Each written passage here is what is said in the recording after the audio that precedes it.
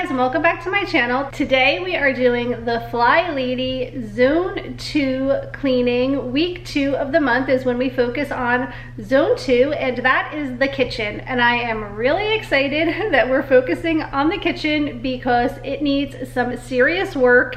It is very cluttered. So to begin with the FlyLady system, if you have clutter, which probably most of us do, you're going to spend 15 minutes a day decluttering the room that you're focusing on instead of deep cleaning. So this week I am going to be decluttering the kitchen, and I'm really glad that that is what the focus is this week because my kitchen is out of control, and I'm going to show it to you guys in a minute, and you will see that my task at hand is pretty big right now. So maybe that'll be inspiring to you because I have a lot of work to do here in the kitchen before I can even come close to the deep cleaning of it. So it might take me a couple of months to get to the point where I'm actually going to be deep cleaning the kitchen, but at least I will not be cleaning around garbage and clutter because that is just extra work that none of us need, right? It just doesn't make sense to clean around clutter, and I feel like that's what I do most of the time in all of the rooms in my house.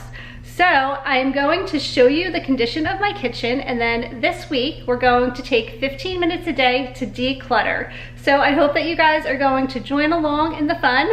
Maybe you'll do it too. Let me know in the comments below if you're gonna also follow this FlyLady system with me, and we will do the journey together and get our houses in order this year. Okay, so let's take a look at all of the decluttering that needs to be done in my kitchen this week at only 15 minutes a day. Okay, so I'll start with what is really stressing me out the most, and that is my countertop. For Christmas, I got a cappuccino maker. I'm so excited for this, and I've been using it as my Keurig coffee maker. It's so cool. It makes 6 ounces, 8 ounces, or 10 ounces, and then you can select if you want to do coffee or a latte cappuccino. It's just really exciting, and I want to keep it on my counter. Also, we use the toaster every single day, so that is always out. I have my regular coffee pot back there, my coffee bean grinder. I feel like I need my own coffee shop in this house. And then this is our Keurig single serve, which I think I'm going to get rid of. Obviously, I need to get rid of so much of this stuff because I also got a tea maker for Christmas. And these things have just been sitting in the other room waiting for me to unpack them for a while now. Christmas was a while ago, and I just haven't found the time to declutter my kitchen to make room for those things. So that's going to be my focus today, and I have so many more things to show you guys, but I'll take it one day at a time here because if I show you all the clutter in my kitchen right now, it's going to be the entire video. But let's just take a quick look around. Lots of cabinets, lots of things to go through, lots of drawers, lots of things to go through, and we'll take it step by step, day by day, because if I look at it all right now, I'm probably gonna cry. I have a bread box that I think I might get rid of and relocate the bread because that's taking up a big space on my countertop. So today's goal is to clear off this area that's bothering me the most so that it's functional and so that we can have some space to make our coffee, our tea, our toast in the morning. All right, so here we go.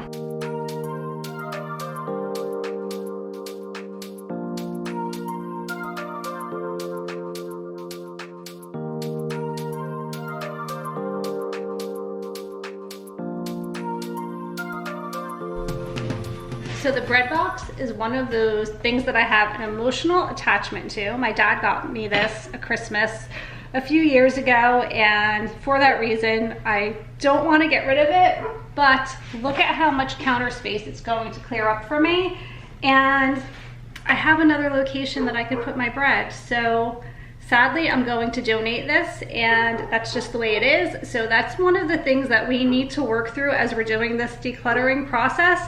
Not holding on to things that you have emotional attachment to, especially when purging them is going to make your life so much better in the end, and the person that gave it to you likely is not going to even notice or care that you have maybe gifted the item to or donated it to someone else. So try not to beat yourself up over it. In my kitchen, I have these drawers where I store mostly kid cups and plastic cups and travel mugs, but I managed to free one drawer up a while ago, and I think I even shared that with you guys in a video.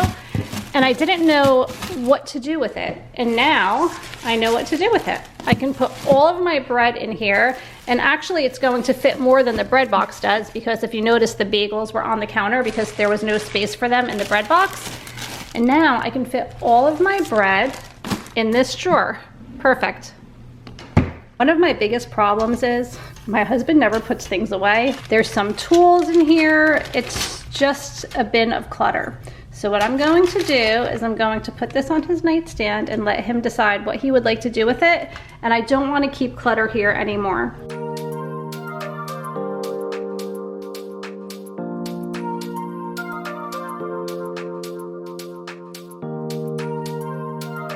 Okay, so I've cleared off the entire countertop, wiped everything down, and now I can finally get rid of my 2 boxes, my cappuccino maker and my tea maker box. And these are the items that I would like to keep on the counter at all times, just because we use them regularly. So I have my coffee pot, my coffee grinder, my little tea kettle, and the cappuccino maker, as well as the Keurig pods that I like to keep out.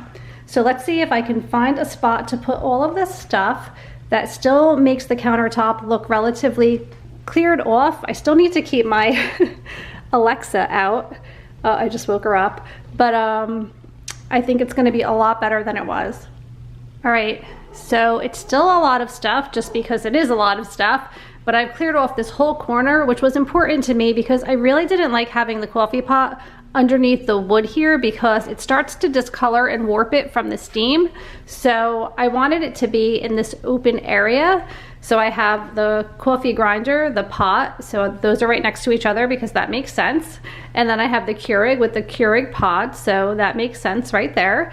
And then over here I have my tea maker, and in these drawers below are all of my tea products, and then up here are all of my coffee beans. So that's going to be something we're going to tackle maybe later in the week, because that definitely needs to be gone through as well. But this looks way better. I feel like it's a lot more spacious, and it doesn't feel as cluttered as it did, and it's just this little coffee center in the middle. I apologize for my dog Chester. He's barking his head off right now outside. And then over here, these are all of the things I need to just relocate. My daughter Emily is getting the Keurig. She wants it for college next year, and she wants to just keep it in her room for now. And then I'll give her some Keurig pods to go along with that. And then I just have some vitamins and medicines that need to be put away. And of course, my bread box that I'm going to be donating, and the stuff that Jim needs to figure out what he's doing with all of those things. So that's a good start. Day 1 of Zone 2 cleaning the kitchen. So I hope that you guys enjoyed today's video. Please let me know in the comments below if you are joining me with doing the whole FlyLady system. Don't forget to hit that bell notification so that I can update you every time I share a fun video. And please give this a thumbs up if you did enjoy it. I'll see you next time. Take care. Bye.